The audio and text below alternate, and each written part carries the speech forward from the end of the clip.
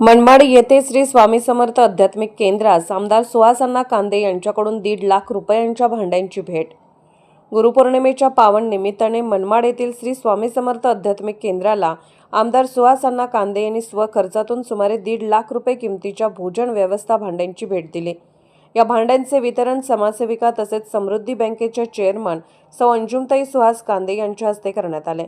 यावेळी नगराध्यक्ष योगेश बबलू पाटील, शिवसेना शहर प्रमुख मयूर बोरसे, जिल्हा उपप्रमुख सुनील हांडगे, सुभाष माळवतकर, सागर आव्हाड, सचिन दरगुडे, कुणाल विसापूरकर, महिला आघाडीच्या तालुका प्रमुख विद्याताई जगताप, मनमाड शहर प्रमुख संगीताताई बागुल, नांदगाव शहर प्रमुख रोहिणी मोरे, रेणुकाताई बच्छाव, नीता दराडे, अलका पवार, जयश्री ताठे, उगलेताई यांच्यासह सेवेकरी पदाधिकारी, कार्यकर्ते आणि श्री स्वामी समर्थ आध्यात्मिक केंद्राचे पदाधिकारी व भाविक मोठ्या संख्येने उपस्थित होते।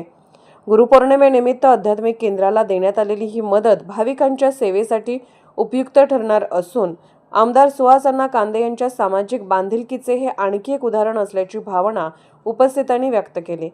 SS मराठी न्यूजसाठी दानिश शेख, मनमाड यांचा रिपोर्ट।